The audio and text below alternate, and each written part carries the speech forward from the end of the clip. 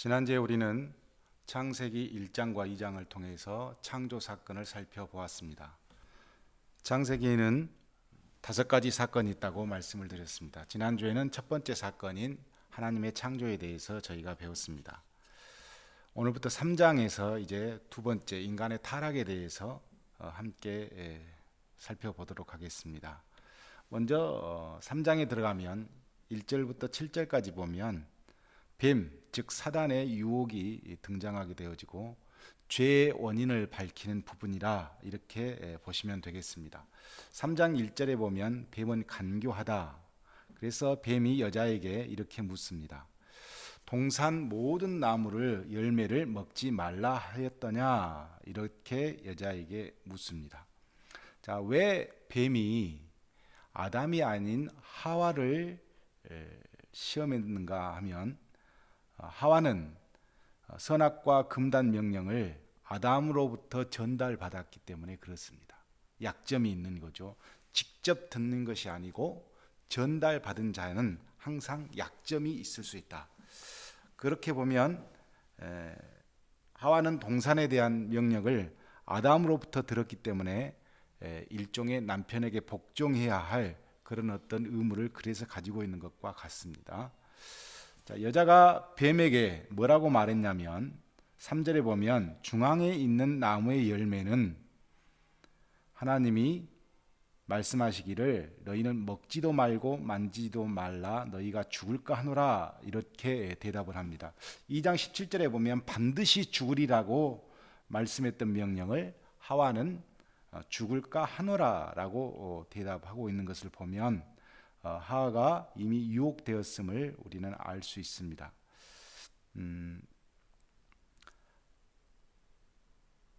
하와는 여기서 대답하는 것을 보면 자유의지를 강조할 때는 하나님의 이름을 삭제하고 절제와 조신의 필요성을 말할 때는 하나님의 이름을 사용하는 것을 볼 수 있습니다.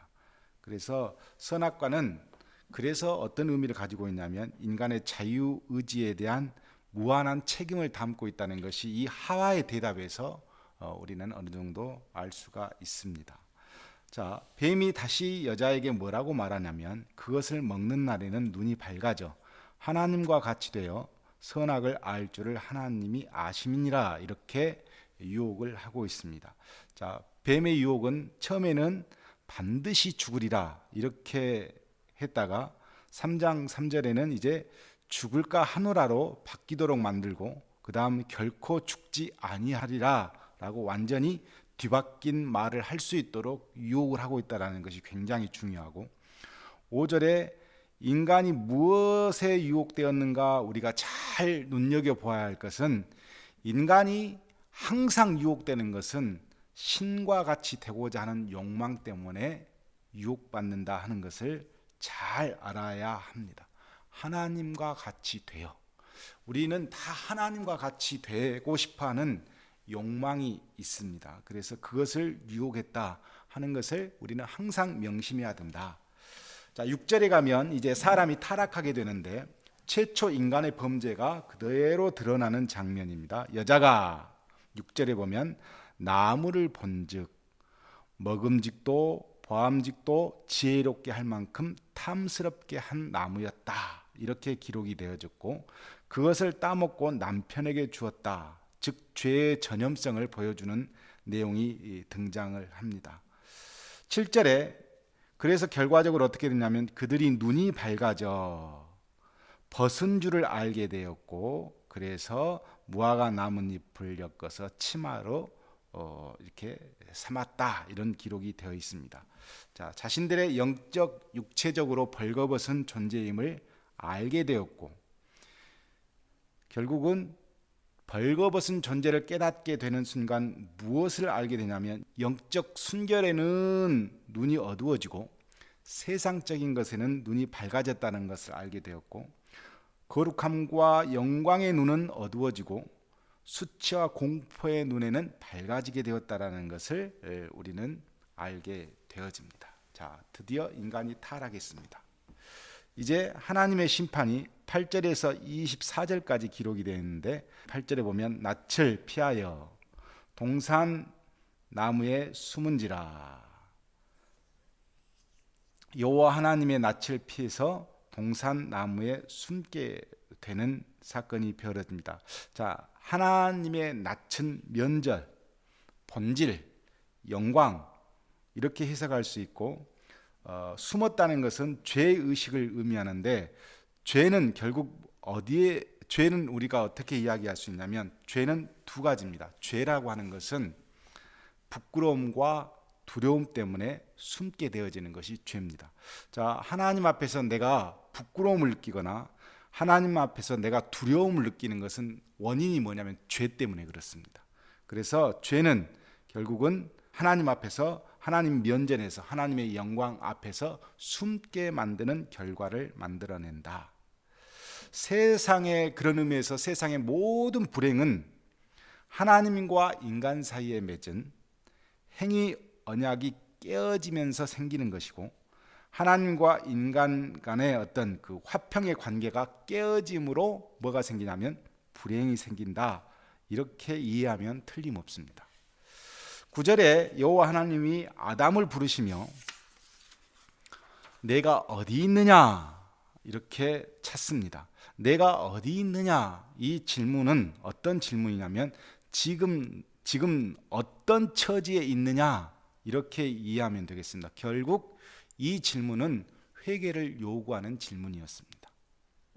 그랬더니 10절에 뭐라고 대답했냐면 내가 벗었으므로 두려워하여 숨었나이다 이렇게 답하고 있습니다. 즉 불순종에 대한 두려움으로 숨었다 이런 의미이고, 아담과 하와가 저주를 받고 에덴 동산에서 쫓겨난 이유는 결국 무엇 때문이냐면 불순종도 불순종이지만 회개의 기회를 무시했기 때문에 생긴 것이다. 하나님의 동산, 이곳은 하나님의 나라라고 보면 하나님의 나라에서 우리가 불순종 그리고 회개의 기회를 놓치면 하나님의 나라에서 쫓겨나는 겁니다. 이런 어떤 그 원칙이 이 안에 보이기 시작하고, 자 11절에 보면 내가 내게 먹지 말라 명한 그 나무 열매를 내가 먹었느냐 이렇게 하나님께서 불순종을 직시케 하는, 내가 먹지 말라고 한 나무를 먹었어? 이렇게 묻는 것은 불순종을 네가 하고 있다라는 것을 아담이 느낄 수 있도록 질문을 해 주셨습니다. 그랬더니 아담이 뭐라고 대답했냐면 하나님이 주셔서 나와 함께 있게 하는 이 여자가 나무 열매를 내게 줌으로 내가 먹었습니다 라고 말하면서, 결국 내가 하나님 앞에 불순종하게 된 이유는 하나님도 책임이 있다. 즉 하나님을 죄 공범자로 끌어들이고 있는 장면이 등장하고, 하나님과 인간과 인간의 상호 간의 어떤 사랑과 신뢰가 죄 때문에 완전히 파괴되는 모습을 아담이 보여주고 있습니다. 그 다음 13절에 가면 여호와 하나님이 여자에게 묻습니다. 어찌하여 이렇게 하였느냐? 그랬더니 여자가 대답하기를 뱀이 나를 꾀함으로 내가 먹었나이다. 그랬어요. 뱀은 누가 만들었습니까? 하나님이 만드셨습니다. 결국 여자의 대답은 하나님이 만든 피조물 때문에 내가 죄를 지었다 이렇게 대답한 것이 됩니다. 뱀은 즉 사단은 인간을 선악과 나무로 데려갈 수는 있지만 선악과를 따서 우리에게 먹여줄 수 있는 존재는 아닙니다. 그래서 뱀에 대한, 즉 사단에 대한 인식을 우리가 잘 이해해야 하는 것은 유혹은 해도 유혹을 할 수밖에 없도록 만들지는 못해요. 그러니까 그 책임은 고스란히 인간에게 있는 것이죠. 자, 그래서 하나님께서 이제 이 죄를 지은 뱀과 여자와 아담에게 형벌을 말씀해 주시는데 14절에 먼저 뱀에게, 여호와 하나님이 뱀에게 뭐라고 형벌을 내리셨냐면 14절 마지막에 보면 배로 다니고 살아있는 동안 흙을 먹을지니라 이렇게 저주를 하셨습니다. 자, 뱀은 흙을 먹지 않습니다. 그런데 왜 흙을 먹을지니라 이렇게 말씀하시냐면 흙으로 사람이 만들어졌기 때문에 사람을 노략질하고 사람을 못 살게 굴고 사람을 죄 가운데로 가도록 늘 유혹하는 그런 존재로 평생 살아갈 수밖에 없도록 그렇게 만들어져 있고, 15절에 가면 내가 너로 여자와 원수가 되게 하고 내 후손, 즉 사단의 추종자도 여자의 후손, 곧 여자의 후손이 그리스도를 상징하는데 원수가 되게 하리니, 여자의 후손 즉 그리스도와 교회와 성도들은 내 머리를 상하게 할 것이요 너는 그의 발꿈치를 상하게 할 것이니라. 이렇게 형벌을 주셨습니다. 사단은 여자를 통해서 인류를 멸망하려고 했지만 결국 여자의 후손을 통해서 멸망당하게 될 것이다. 이렇게 하나님께서 형벌을 내리신 것이고, 16절부터 이제 여자에게 어떤 형벌을 내리셨냐면, 여자에 대해서는 출산의 기쁨이 늘 있었는데 이제 보면 임신하는 고통을 크게 더하리니 그랬어요. 출산은 기쁨이었지만 이제는 범죄 후부터는 출산이 고통이 수반되어질 수밖에 없는 상황이 되었고, 자, 그런 다음 너는 남편을 원하고 남편은 너를 다스릴 것이니라 그랬어요. 자, 여자는 남편의 사랑을 받아야, 사모해야, 남편을 사모하면서 살게 되어지고, 그리고 남편에게 복종해야 할 의무를 지니게 되어지는 존재로 살게 되어졌습니다. 이것이 여자에 대한 형벌이었습니다. 자, 17절에 남자에게는 그럼 뭐가 있었냐면, 첫 번째 보면 17절에 땅은 너로 말미암아 저주를 받고 그랬습니다. 첫 번째는 땅이 아담 때문에 저주를 받아서 내 평생에 수고하여야, 이렇게 돼 있어요. 수고하여야 그 소산을 먹으리라 그랬고, 18절에 가면 땅이 내게 가시덤불과 엉겅퀴를 낼 것이고, 그리고 19절에 가면 땀을 흘려야 먹을 것을 먹으리니, 그리고 밑에 보면 너는 흙이니 흙으로 돌아갈 것이다. 이렇게 5가지로 요약해서 설명해 주셨습니다. 결국 보면 기쁨과 즐거움에 복된 노동이 이제 타락 후부터는 먹을거리를 얻기 위한 고되고 힘든 노동으로 변질되었음을 볼 수 있고, 또 흙은 삶의 여정이 곧 죽음의 인간의 어떤 흙으로 만들어진 인간의 삶의 여정이 언젠가는 죽음의 여정이 될 것임을 강력하게 시사해 주고 있습니다.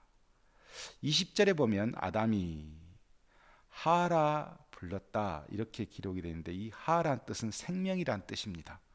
그래서 하와의 이름은 하나님의 은혜 언약의 근거에서 생명의 어떤 갈망을, 소망을 아담이 신앙적으로 고백한 어떤 이름이다, 이렇게 보시면 되겠습니다. 21절에 여호와 하나님이 아담과 그의 아내를 위하여 가죽 옷을 지어주셨다 이렇게 되어 있고, 결국 여기 이 내용을 보면 범죄는 누가 한 것인가, 이것에 대해서 우리가 해답을 내릴 수 있는데, 시간적으로 보면 하와가 범죄했지만 신학적으로 보면 아담이 범죄한 것입니다. 그리고 이 가죽옷은 결국 예수 그리스도의 대속적 죽음을 상징하는데, 이 가죽 옷을 짓게 되어지면 반드시 짐승이 죽어야 되겠죠. 그래서 앞으로 있게 될 희생된 짐승은 구약시대의 어떤 속죄를 위해 희생된 희생 제물을 의미하고 있다, 이렇게 보아도 되고, 그리고 그 의미로 예수 그리스도를 상징하고 있다, 이렇게 보면 틀림없습니다. 그래서 희생 제물의 피 흘림을 통해 얻어지는 그리스도의 의의 옷이 우리에게 어떤 다시 하나님과 우리의 관계를 회복시켜줄 유일한 어떤 상징성으로 등장하고 있음을 우리가 알게 되어집니다. 그래서 이제 결론적으로 에덴 동산에서 인간이 추방하게 되어집니다. 22절에 이렇게 기록이 되어 있습니다. 여호와 하나님이 사람이 선악을 아는 일에 우리 중 하나같이 되었으니, 즉 죄와 악이 무엇인지 알게 되었으니 그의 손을 들어 생명나무 열매도 따먹고 영생할까 하노라 하시고, 23절에 에덴 동산에서 그를 내보내셔 그의 근원이 된 땅을 갈게 하시니라. 24절에 그 사람을 쫓아내시고 에덴 동산에 그룹들, 즉 천사들과 두루 도는 불칼, 이거는 하나님의 위엄을 상징한다 이렇게 보시면 되고, 하나님의 위엄을 두어 생명나무의 길을 지키게 하시니라 라고 되어 있습니다. 자, 우리는 여기에서 크게 이 전체 내용을 좀 이해하고 돌아갈 필요가 있는데요. 자, 인간의 타락은 어디에서 시작된다면 에덴 동산에서 시작이 되었습니다. 자, 에덴 동산이 있습니다. 에덴 동산이 있는데 동산 한 중앙에는 두 나무가 있었습니다. 하나는 생명나무고 하나는 선악을 알게 하는 나무였습니다. 대개 생명나무가 상징하는 것은 인간의 삶과 죽음이다 이렇게 보시면 되고, 선악과가 상징하는 것은 인간의 선과 악을 상징한다 이렇게 보시면 되겠습니다. 중요한 것은 왜 생명나무는 먹어야 살고 선악과는 먹지 않아야 살 수 있습니다. 결국 인간이 살고 있는 모든 시스템 안에는 해야 할 것과 하지 말아야 할 것이 분명하다는 것을 볼 수 있습니다. 그래서 이 에덴 동산을 우리 마음이라고 보면 우리 마음 안에는 한 중앙에 뭐가 있냐면 평생 살아가면서 늘 기회만 되면 느낄 수 있는 것이 뭐냐면 삶과 죽음에 대한 고민, 그리고 선과 악에 대한 고민을 할 수밖에 없도록 인간이 되어 있다 하는 것입니다. 그렇게 창조되었습니다. 왜 하나님께서는 이 에덴 동산 한 중앙에 삶과 죽음을 상징하는 생명나무와 선악과를 두셨을까? 그것은 인간이라고 하면 늘 이 두 열매를 통해서 하나님과 교제할 수 있도록 만든 겁니다.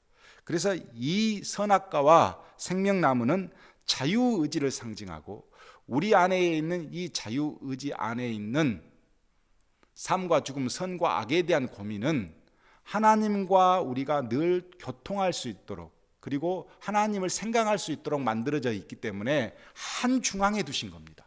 이렇게 위험한 것은 원래 보이지 않는 곳에 두어야 되지만, 이것을 생각하면서 주인이 누구인가, 누가 나의 어떤 존재를 잊게 하셨는가를 늘 생각하게 하기 위해서 하나님은 동산 중앙에 생명나무와 선악과를 두셨고, 이 생명나무는 삶과 죽음을 상징하고 선악과는 선과 악을 상징한다. 그래서 우리는 늘 시간만 되면, 그리고 인간이라고 하면 누구나 삶과 죽음, 선과 악의 굴레에서 늘 고민하게 되어지고, 그러면서 하나님을 알게 되어진다. 이것이 에덴 동산의 시스템이다.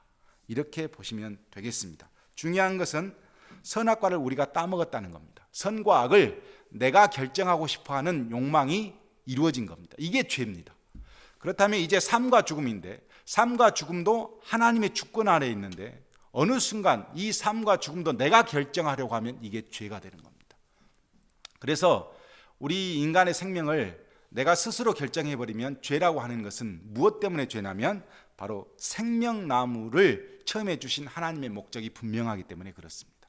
그래서 삶과 죽음, 선과 악, 이것은 우리의 권리가 아니라 하나님의 주권 안에 있다. 따라서 인간이 과학이 발전하고 더더욱 살기 좋은 나라를 만들기 위해서 최선의 노력을 다하고, 우리의 지능이 모두 다 어디에 있냐면 삶과 죽음, 여기에 다 몰입되어 있습니다. 어떻게 하면 더 오래 살까? 어떻게 하면 영원히 살까 고민해 보지만 이것은 하나님의 주권 아래 있고, 이건 손을 댈 수 없도록 만들어져 있어요. 나중에 이 삶과 죽음, 생명나무 열매는 어디에서 나타나냐면 요한계시록 마지막 끝편에 가면 바로 요한계시록 21장과 22장에 생명나무가 등장하게 되고, 이것은 하나님으로부터 우리에게 주어지는 나무로 다시 등장하게 됩니다. 이 생명나무는 예수 그리스도를 상징하겠죠. 그래서 우리는 이 어떤 그 신학적 시스템을 이해하고 에덴 동산을 보면 에덴 동산 안에 있는 이 내용들이 우리에게 굉장히 많은 은혜를 주고 있다는 것을 알면 되겠습니다. 자, 이렇게 해서 두 번째 사건이 끝나고 이제 세 번째 사건이 등장하는데, 그 세 번째 사건은 바로 가인과 아벨입니다. 가인과 아벨이 이제 등장하게 되어집니다. 4장에 보면 아담이 그의 아내와 동침해서 가인을 낳고 아벨을 낳았습니다. 가인은 어둠이란 뜻이 있고 아벨은 허무, 공허라는 뜻을 갖고 있습니다. 마치 아벨의 나중 인생을 짐작하게 하는 만큼 이름이 어떤 상징성을 갖고 있는 것 같습니다.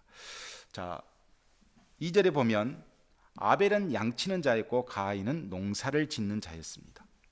세월이 지난 후에 가인은 땅의 소산으로 제물을 삼아 여호와께 드렸고 아벨은 양의 첫 새끼와 그 기름으로 드렸더니 여호와께서 아벨과 그의 제물은 받으셨으나 가인과 그의 제물은 받지 않으셨습니다. 6절에 보니까 여호와께서 가인에게 이르시되 내가 분하여 함은 어찌미냐 안색이 변함이 어찌미냐라고 물으시면서 7절에 이런 말씀을 하십니다. 내가 선을 행하면 어찌 낯을 들지 못하겠느냐 선을 행하지 아니하면 죄가 문에 엎드려 있느니라.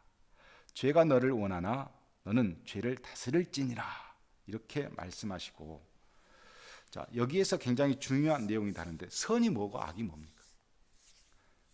이 당시에는 뭐 율법이 없으니까 분명히 선이 있고 악의 기준이 있었을 거예요. 자, 왜 하나님은 가인과 아벨의 제사를 구분해서 가인 것은 받지 않으시고 아벨 것은 받으셨는가, 이 고민들이 많았습니다. 복음주의 해석을 보면 복음주의자들은 뭐라고 했냐면 3절 내용에서 피 없는 제사를 가인이 드렸기 때문에 하나님이 받지 않으셨다라고 이야기를 하는데, 피 없는 제사가 그럼 없습니까? 보면 레위기에 보면 땅의 소산으로 얼마든지 하나님께 예배할 수 있습니다.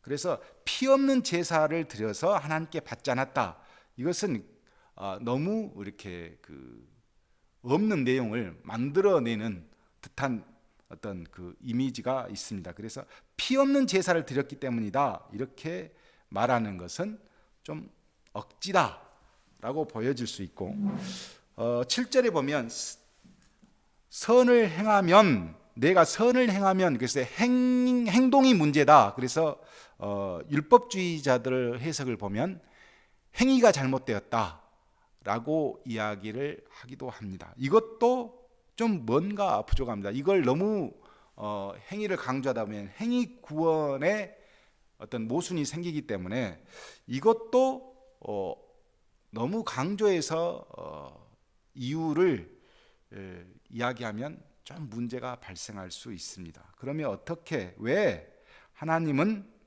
가인의 제사를 받지 않으셨을까라고 보면 우리가 성경적으로 추적할 필요가 있습니다. 자, 중요한 것은 아벨이 양의 첫 새끼와 그 기름으로 드렸다라고 되어 있는데, 아벨은 왜 양의 첫 새끼와 그 기름으로 드렸을까 하는 겁니다. 양을 왜 길렀을까? 뒤에 이 당시만 해도 육식이 허용되지 않았습니다. 육식의 허용은 창세기 9장 3절에 가면 처음으로 홍수가 끝난 이후 육식을 허용했습니다. 그런데 아벨은 하나님께서 허용하지 않는 양을 스스로 길렀다고 하는 것은 먹기 위해서 양을 기르지 않았다는 것을 알 수 있습니다. 그렇다면 왜 양을 길렀을까? 바로 아벨은 하나님께 제사 드리기 위해서 양을 길러낸 것입니다. 그러면 땅의 소산은 가인이 왜 하나님께서 받지 않으셨냐? 이것이 이제 우리가 보면할 수 있고, 땅의 소산은 가인이 지은 농사는 자기를 위해서 지었지만 아벨은 하나님을 위해서 양을 길러냈습니다. 당시에 먹을 것이 많죠. 뭐 에덴 동산 안에 추방되긴 했으나 원시 시대에 얼마든지 하나님께서 먹을 것을 주실 수 있었습니다. 그럼에도 불구하고 양을 따로 길렀다는 것은 하나님의 예배를 중심된 삶을 아벨이 살고 있었고, 가인은 예배가 삶의 중심이 아니었다는 것을 의미하고, 그것이 선악을 판가름하는 기준이 되었다는 것을 우리가 짐작할 수 있습니다. 그래서 성경에 보면 가인과 그의 재물, 아벨과 그의 재물이, 즉 가인이 가지고 있는 마음과 재물, 아벨이 가지고 있는 마음과 재물을 하나님은 받으시죠. 그 마음은 뭐냐면 예배를 드리고자 하는 마음, 하나님을 향한 중심적인 마음이 아벨은 있었고 가인은 없었다, 이렇게 우리는 볼 수 있고, 그래서 하나님은 아벨의 제사는 받으시고 가인의 제사는 받지 않으셨다, 이렇게 해야 성경적으로 이해가 되어지는 것을, 피가 없는 제사 때문에, 선을 행하지 않았기 때문에 이렇게 이야기하는 것은 짜맞추기식으로 해석하는 것이 되기 때문에 그렇게 해석하는 것은 좀 무리가 따릅니다. 그래서 예배 중심의 삶을 살지 않는 가인의 제사를 받지 않았다, 이렇게 이해하면 되겠습니다. 8절에 보면 가인이 그 아우를 쳐 죽였습니다. 고의적 살인이죠. 9절에 보면 여호와께서 가인에게 물었습니다. 아벨이 어디 있느냐? 이 말은 회개를 요구하시는 하나님의 질문이었고, 가인이 대답하기를 내가 내 아우를 지키는 자입니까? 라고 마귀적 속성을 그대로 드러내는 대답을 하고 있습니다. 12절에 보면 그래서 동생을 죽인 가인에게 하나님께서 벌을 내리셨는데, 내가 밭을 갈아도 땅이 다시는 그 효력을 내게 주지 아니할 것이요 너는 땅에서 피하며 유리하는 자가 되리라, 이렇게 말씀하셨습니다. 즉 밭을 갈아도 그 효력을 내게 주지 아니한다는 말은 땅으로부터 배척과 단절을 받는 것을 의미하고, 땅에서 피하며, 이것은 불확실한 미래를 의미하며, 유리하는 자, 이것은 안식하지 못하고 그냥 정착하지 못하고 계속 떠돌아다닐 수밖에 없는, 땅에서 효력을 얻어내려고 해도 효력이 일어나지 않으니까 이곳에 있다가 또 저곳으로 가보고 저곳에 있다가 이곳을 하고 결국 나그네의 삶을 살아야 함을 그의 인생에서 형벌로 주었습니다. 먹을 것과 거주할 것을 박탈당하는 그런 형벌을 받게 되어지는 것입니다. 그래서 방황하는 삶을 살 수밖에 없다. 방황이란 단어를 우리가 좀 인식하고 있으면, 13절에 가면 가인이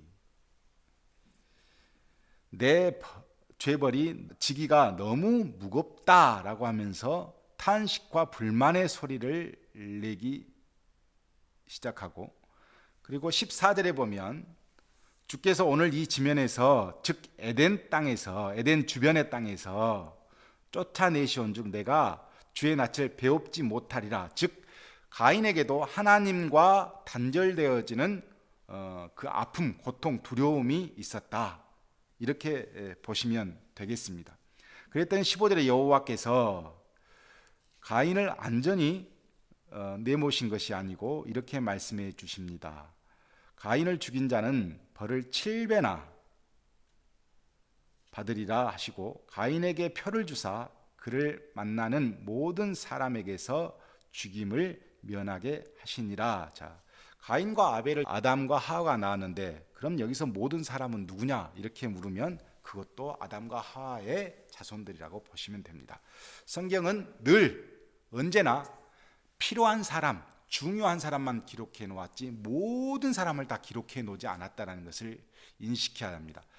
가인과 아벨 이후에도 형제들이 아주 많이 계속해서 아담과 하와는 출산을 했고 그 형제들로부터 가인이 어떤 공동체에서 결국은 방황하는 존재로 내몰림을 당했다, 이렇게 보시면 되겠습니다. 즉 가인의 형벌에 대한 하나님은 긍휼도 함께 주셨는데 그것은 가인을 통해 살인자의 삶이 어떻게 되어지는가를 공동체로부터 추방당할 수밖에 없는 방황의 삶을 살 수밖에 없다는 것을 말씀하시기도 하셨지만, 생명의 주관자는 오직 하나님이심을 스스로 선포하셔서 죄의 고통과 비극도 있지만, 그러나 그렇다고 해서 보복하는 것에 대해서 금지하셨습니다. 자, 4장 16절부터 24절까지 그런 가인에 대한 후손을 기록해 놓았는데, 여기에 상당히 많은 의미가 내포되어 있습니다. 자, 16절에 보면 가인이 하나님 앞을 떠나서, 즉 에덴 동산 근처를 떠나서 어디로 갔냐면 롯 땅에 거주하더니 그랬습니다. 이 롯 땅은, 롯이란 말은 자체가 유리함, 방황, 이렇게 되어 있습니다. 어디로 갔냐면 에덴의 동쪽이라고 했고, 에덴의 동쪽은 에덴이 어디든 간에 항상 이스라엘 중심으로 보면 에덴의 동쪽이라고 말하는 것은 바벨론 쪽이라고 보시면 되겠습니다. 그래서 우리가 제임스 딘의 에덴의 동쪽이라는 그 영화가 있는데, 그때 제임스 딘이 나오는 역할이 뭐냐면 방황을 상징해요. 방황, 정착하지 못한 방황. 그래서 에덴의 동쪽을 의미하는 것은 방황하는 자, 유리하는 자의 삶이 어떤가, 이런 의미를 내포하고 있습니다. 중요한 것은 그 다음 이제 17절에 보면 이 가인이 에녹을 낳고 난 다음 가인이 성을 쌓고 그 이름을 에녹이라고 또 이름을 짓습니다. 자, 하나님께서 가인에게 형벌로 주신 것이 뭐였냐면, 너는 유리하는 자가 되라. 그래서 이 땅에서도 네가 원하는 소득을 얻지 못하고, 저 땅에서도 네가 원하는 소득을 얻지 못해서 결국은 계속 방황하는 삶을 살게 될 것이다. 이것을 형벌로 주었더니 가인이 어떻게 했냐면 성을 만들어서 자기를 보호하는 삶을 살아버려요. 하나님께서 형벌로 주신 것을 극복해버려요. 뭘로? 자기 능력으로. 이게 인간입니다. 이게 뭐가 되냐면 문명이 되어지고, 이 가인의 성 쌓는 기술이 결국은 나중에 창세기 11장에 가면 바벨탑을 쌓는 기술이 되어집니다. 결국 가인의 후손들이 바벨탑을 쌓는 꼴이 되어지는데, 이 가인의 후손들이 그런 어떤 삶을 살았느냐? 자, 18절에 보면 에녹이 이랏을 낳았고 무후야엘을 낳았습니다. 무후야엘은 라멕을 낳았는데, 라멕이란 뜻은 강한 자, 힘센 자, 이런 의미를 가지고 있고, 라멕이 두 아내를 처음으로 맞이해서 자기가 이제 가장이 되어지는데, 야발을 낳았고 그리고 유발을 낳습니다.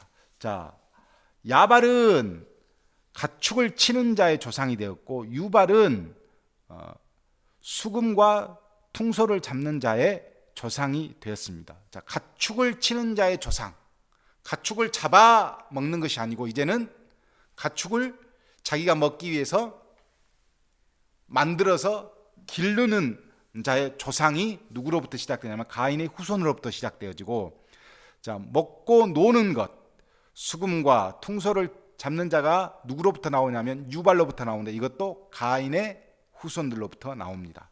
자, 22절에 보면 두발 가인이 있는데, 이 두발 가인은 새로 여러 가지 기구를 만드는 자가 되었습니다.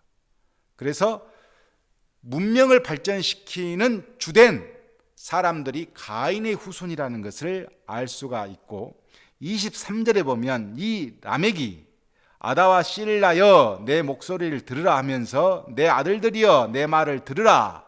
나의 상처로 말미암아 내가 사람을 죽였고 나의 상함으로 말미암아 손을 죽였도다. 이 말은 무슨 말이냐면, 자, 자식들이 문명을 발전시키면서 라멕은 거대한 기술을 갖게 되었고, 그 기술을 통해서 사람도 죽이고 자기가 원하는 것을 취득하는 그런 교만과 어떤 그 복수심이 불타오르는 강한 이미지로 주위 아담의 후손들을 위협하는 존재가 되었다는 겁니다. 그러면서 하는 말이 가인을 위하여 벌을 7배일진데 라멕을 위해서는 벌을 77배로다. 자, 나만 건드려라. 그러면 내가 77배로 갚아주겠다 하는 라멕의 자만이, 거기에 끼어 있습니다. 즉 가인의 후손들은 하나님께서 형벌로 주셨는데 그것을 문명을 통해서 극복하고 그 문명을 자기들의 욕망과 욕구를 충족시키는 데 사용하는 존재로 가인의 후손들이 계속 등장하게 되었고, 이제 셋의 후손들이 4장 25절부터 32절까지 등장합니다. 자, 25절에 보면 하나님이 아벨 대신에 셋을 주셨는데, 셋이 26절에 보면 아들을 낳았는데 그 이름을 에노스라라고 이름을 지었고 그때 사람들이 비로소 여호와의 이름을 불렀다, 이렇게 되어 있습니다. 자, 가인들의 후손들은 세속 문명을 발전시켰지만 아벨의 후손들은 어떤 삶을 살았냐면, 자, 셋이 아이를 낳았는데 에노스라고 지었어요. 에노스라는 뜻은 뭐냐면 약한 자, 죽을 수밖에 없는 자, 이런 의미를 가지고 있습니다. 그러면서 그때부터 여호와의 이름을 불렀다, 즉 에벨을 하게 되었다. 자, 이렇게 되어졌습니다. 아벨의 후손은 계속해서 아벨이 그랬던 것처럼 삶의 중심이 뭘로 있냐면 에벨, 하나님과의 관계, 이것에 중심을 두고 살았다면 가인의 후손은 세속적인 기준으로 항상 뭉쳐서 살았습니다.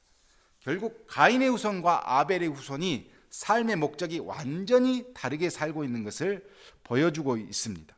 그래서 아벨의 후손이 계속해서 하나님을 의지하고 하나님을 갈망하고 소망하고 살았기 때문에 에노스, 우리는 약하구나, 죽을 수밖에 없는 존재구나 라는 것을 깨달으며 삶과 죽음에 대한 갈등, 선과 악에 대한 갈등을 하면서 뭘 찾았다? 여호와의 이름을 불렀다, 에벨을 찾았다, 이렇게 되어 있습니다. 5장에 참 재미있는 내용이 나오는데 아담의 계보를 성경에 기록해 놓았습니다. 자, 아담은 5장 1절에 보면 하나님이 사람을 창조하실 때 하나님의 모습대로 지으시되, 아담은 하나님의 모습대로 지어졌습니다. 그런데 2절에 보면 남자와 여자를 창조하셨고, 자, 3절에 아담은 자기 모양 곧 자기 형상과 같은 아들을 낳아 그랬습니다. 아담은 어떤 모양을 하냐면 자기 모양과 자기 형상, 즉 이것은 무엇을 의미하냐면 원죄를 의미하고 있다, 이렇게 보시면 되십니다.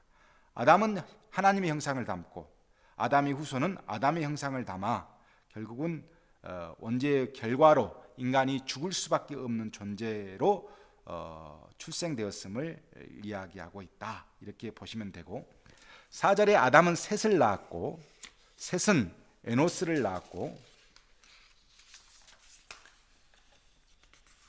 9절에 보면 에노스는 게난을 낳았고, 12절에 보면 게난은 마할랏을 낳았고, 15절에 보면 마할렛은 이제 야렛을 낳았고, 18절에 야렛은 에녹을 낳았고, 자, 에녹은 무드셀라를 낳았습니다. 이제 에녹이 또 중요합니다. 에녹은 믿음으로 하나님을 기쁘시게 한 자, 히브리서에서는 그렇게 나와 있고, 에녹의 설교 내용이 나와 있는데 유다서 1장에 보면 불경건한 자들을 책망했다, 에녹이 그런 어떤 설교 내용이 나와 있고, 결국 에녹은 승천해서 하나님께 가게 되어지는데 아들의 이름을 무드셀라라고 지었다는 것이 중요합니다. 무드셀라라고 하는 의미는 창을 던지는 자, 창을 던지는 사람, 이런 의미를 가지고 있습니다. 그런데 중동 지방에서 무드셀라라고 하는 의미는 그가 죽었을 때 그것을 보낸다, 이런 뜻을 가지고 있습니다. 그래서 무드셀라가 죽으면 뭐가 오냐면 그것을 보낸다, 홍수가 온다, 이런 의미로 되어 있고, 그래서 무드셀라가 969세에 살고 죽는데 왜 이렇게 오래 살았을까? 하나님께서 홍수 심판을 하기 전에 969년을 참으셨다. 그래서 가장 오래 산 사람이 무드셀라인데 하나님이 그토록 오래 참으셨다, 이런 어떤 상징적인 의미를 무드셀라가 가지고 있다. 무드셀라가 죽으면서 바로 홍수가 시작되어집니다. 무두셀라는 라멕을 낳습니다. 라멕은 가인의 후예 이름도 라멕이 있고 아담의 족보 안에도 라멕이 있다는 것을 잘 알고 여러분이 보시면 되겠습니다. 그런 다음 이제 라멕은 노아를 낳고 노아는 500세 된 후에 셈과 함과 야벳을 낳았다. 이렇게 되어져 있습니다. 자, 중요한 것은 아담과 가인 그리고 아벨, 아담의 범죄로부터 시작된 가인과 아벨의 어떤 차이나는 삶, 그 삶이 결국은 족보를 통해서 우리 인류에 뿌려지게 되고, 그 족보 안에는 에벨을 추구하고 하나님을 따르려고 하는 자들과 세속 문명에 묻혀서 살려고 하는 자들, 이렇게 양분되어지면서 성경의 구약의 역사가 쓰여지고 있다. 오늘은 두 번째 사건인 인간의 타락과 그리고 세 번째 사건인 가인과 아벨을 보았습니다. 다음 주에는 홍수 사건과 바벨탑을 보고 그래서 11장까지 모든 것을 다 마무리할 수 있도록 그렇게 하겠습니다. 감사합니다.